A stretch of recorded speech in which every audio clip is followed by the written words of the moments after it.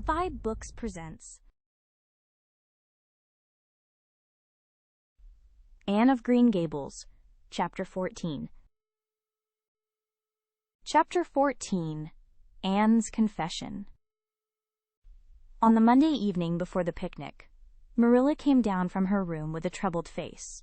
"Anne," she said to that small personage who was shelling peas by the spotless table and singing "Nellie of the Hazel Dell" with a vigor and expression that did credit to Diana's teaching. "Did you see anything of my amethyst brooch? I thought I stuck it in my pincushion when I came home from church yesterday evening, but I can't find it anywhere."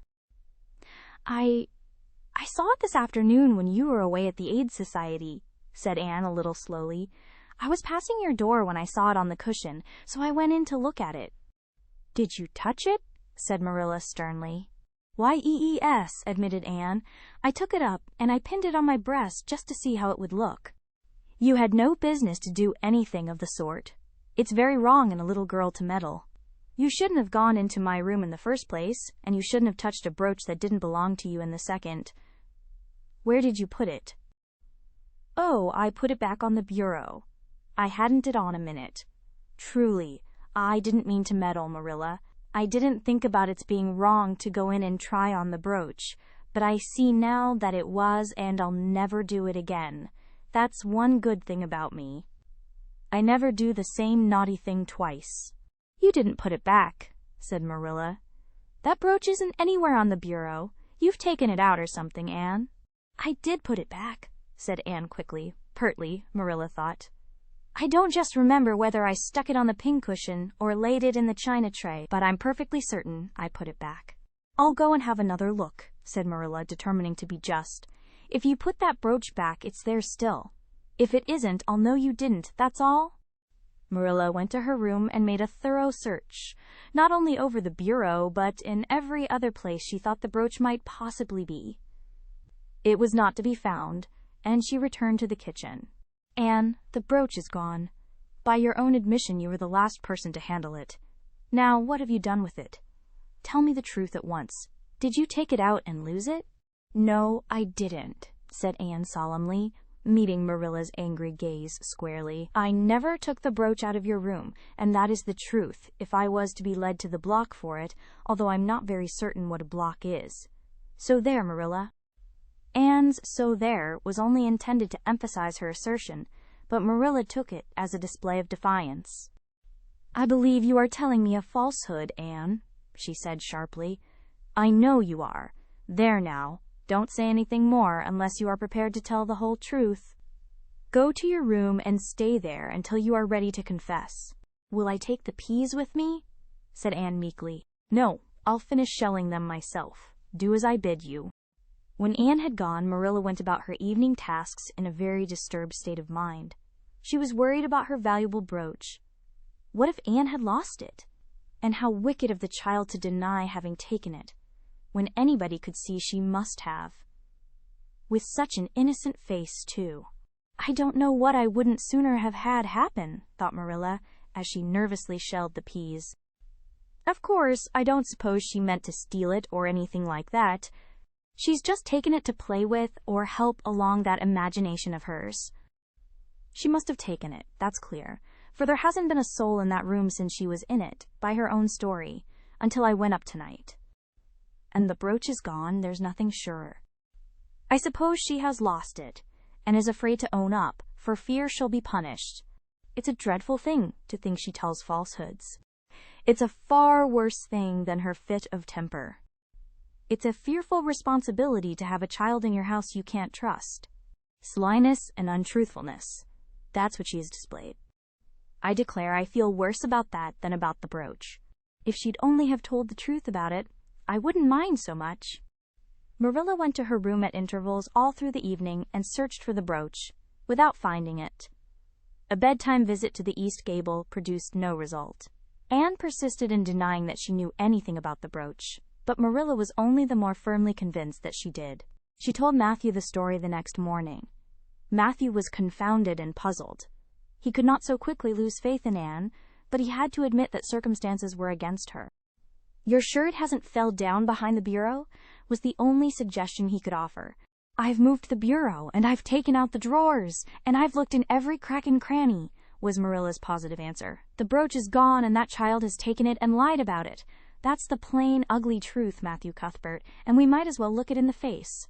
"Well now, what are you going to do about it?" Matthew asked forlornly, feeling secretly thankful that Marilla and not he had to deal with the situation. He felt no desire to put his oar in this time. "She'll stay in her room until she confesses," said Marilla grimly, remembering the success of this method in the former case. "Then we'll see. Perhaps we'll be able to find the brooch if she'll only tell where she took it. But in any case, she'll have to be severely punished, Matthew." "Well now, you'll have to punish her," said Matthew, reaching for his hat. "I've nothing to do with it, remember? You warned me off yourself." Marilla felt deserted by everyone. She could not even go to Mrs. Lynde for advice. She went up to the east gable with a very serious face and left it with a face more serious still. Anne steadfastly refused to confess. She persisted in asserting that she had not taken the brooch. The child had evidently been crying, and Marilla felt a pang of pity which she sternly repressed. By night she was, as she expressed it, beat out. "You'll stay in this room until you confess, Anne. You can make up your mind to that," she said firmly. "But the picnic is tomorrow, Marilla," cried Anne. "You won't keep me from going to that, will you? You'll just let me out for the afternoon, won't you?" "Then I'll stay here as long as you like afterwards cheerfully. But I must go to the picnic." "You'll not go to picnics nor anywhere else until you've confessed, Anne." "Oh, Marilla," gasped Anne. But Marilla had gone out and shut the door. Wednesday morning dawned as bright and fair as if expressly made to order for the picnic. Birds sang around Green Gables. The Madonna lilies in the garden sent out whiffs of perfume that entered in on viewless winds at every door and window, and wandered through halls and rooms like spirits of benediction. The birches in the hollow waved joyful hands as if watching for Anne's usual morning greeting from the east gable. But Anne was not at her window. When Marilla took her breakfast up to her, she found the child sitting primly on her bed, pale and resolute, with tight-shut lips and gleaming eyes. "Marilla, I'm ready to confess." "Ah." Marilla laid down her tray. Once again her method had succeeded, but her success was very bitter to her. "Let me hear what you have to say then, Anne." "I took the amethyst brooch," said Anne, as if repeating a lesson she had learned. "I took it just as you said. I didn't mean to take it when I went in. But it did look so beautiful, Marilla, when I pinned it on my breast that I was overcome by an irresistible temptation. I imagined how perfectly thrilling it would be to take it to Idlewild and play I was the Lady Cordelia Fitzgerald. It would be so much easier to imagine I was the Lady Cordelia if I had a real amethyst brooch on. Diana and I make necklaces of roseberries, but what are roseberries compared to amethysts? So I took the brooch. I thought I could put it back before you came home. I went all the way around by the road to lengthen out the time. When I was going over the bridge across the Lake of Shining Waters, I took the brooch off to have another look at it. Oh, how it did shine in the sunlight! And then, when I was leaning over the bridge, it just slipped through my fingers so, and went down, down, down, all purply sparkling, and sank forevermore beneath the Lake of Shining Waters. And that's the best I can do at confessing, Marilla." Marilla felt hot anger surge up into her heart again. This child had taken and lost her treasured amethyst brooch, and now sat there calmly reciting the details thereof without the least apparent compunction or repentance. "Anne, this is terrible," she said, trying to speak calmly. "You are the very wickedest girl I ever heard of." "Yes, I suppose I am," agreed Anne tranquilly. "And I know I'll have to be punished. It'll be your duty to punish me, Marilla. Won't you please get it over right off? Because I'd like to go to the picnic with nothing on my mind." "Picnic, indeed! You'll go to no picnic today, Anne Shirley. That shall be your punishment. And it isn't half severe enough either for what you've done." "Not go to the picnic!" Anne sprang to her feet and clutched Marilla's hand. "But you promised me I might. Oh, Marilla, I must go to the picnic." "That was why I confessed. Punish me any way you like but that." "Oh, Marilla, please, please, let me go to the picnic." Think of the ice cream. For anything you know, I may never have a chance to taste ice cream again." Marilla disengaged Anne's clinging hands stonily. "You needn't plead, Anne. You are not going to the picnic, and that's final. No, not a word." Anne realized that Marilla was not to be moved. She clasped her hands together, gave a piercing shriek, and then flung herself face downward on the bed, crying and writhing in an utter abandonment of disappointment and despair. "For the land's sake," gasped Marilla, hastening from the room, "I believe the child is crazy. No child in her senses would behave as she does. If she isn't, she's utterly bad. Oh dear, I'm afraid Rachel was right from the first. But I've put my hand to the plow, and I won't look back." That was a dismal morning. Marilla worked fiercely and scrubbed the porch floor and the dairy shelves when she could find nothing else to do. Neither the shelves nor the porch needed it, but Marilla did. Then she went out and raked the yard. When dinner was ready, she went to the stairs and called Anne. A tear-stained face appeared, looking tragically over the banisters. "Come down to your dinner, Anne." "I don't want any dinner, Marilla," said Anne sobbingly. "I couldn't eat anything. My heart is broken." "You'll feel remorse of conscience someday, I expect, for breaking it, Marilla. But I forgive you. Remember when the time comes that I forgive you. But please don't ask me to eat anything, especially boiled pork and greens. Boiled pork and greens are so unromantic when one is in affliction." Exasperated, Marilla returned to the kitchen and poured out her tale of woe to Matthew, who, between his sense of justice and his unlawful sympathy with Anne, was a miserable man. "Well, now, she shouldn't have taken the brooch, Marilla, or told stories about it," he admitted, mournfully surveying his plate full of unromantic pork and greens as if he, like Anne, thought it a food unsuited to crises of feeling. "But she's such a little thing, such an interesting little thing. Don't you think it's pretty rough not to let her go to the picnic when she's so set on it?" "Matthew Cuthbert, I'm amazed at you. I think I've let her off entirely too easy. And she doesn't appear to realize how wicked she's been at all. That's what worries me most. If she'd really felt sorry, it wouldn't be so bad. And you don't seem to realize it neither. You're making excuses for her all the time to yourself. I can see that." "Well, now, she's such a little thing," feebly reiterated Matthew. "And there should be allowances made, Marilla. You know she's never had any bringing up." "Well, she's having it now," retorted Marilla. The retort silenced Matthew, if it did not convince him. That dinner was a very dismal meal. The only cheerful thing about it was Jerry Buote, the hired boy, and Marilla resented his cheerfulness as a personal insult. When her dishes were washed and her bread sponge set and her hens fed, Marilla remembered that she had noticed a small rent in her best black lace shawl when she had taken it off on Monday afternoon on returning from the Ladies' Aid. She would go and mend it. The shawl was in a box in her trunk. As Marilla lifted it out, the sunlight, falling through the vines that clustered thickly about the window, struck upon something caught in the shawl, something that glittered and sparkled in facets of violet light. Marilla snatched at it with a gasp. It was the amethyst brooch, hanging to a thread of the lace by its catch. "Dear life and heart," said Marilla blankly, "what does this mean? Here's my brooch safe and sound that I thought was at the bottom of Barry's pond. Whatever did that girl mean by saying she took it and lost it?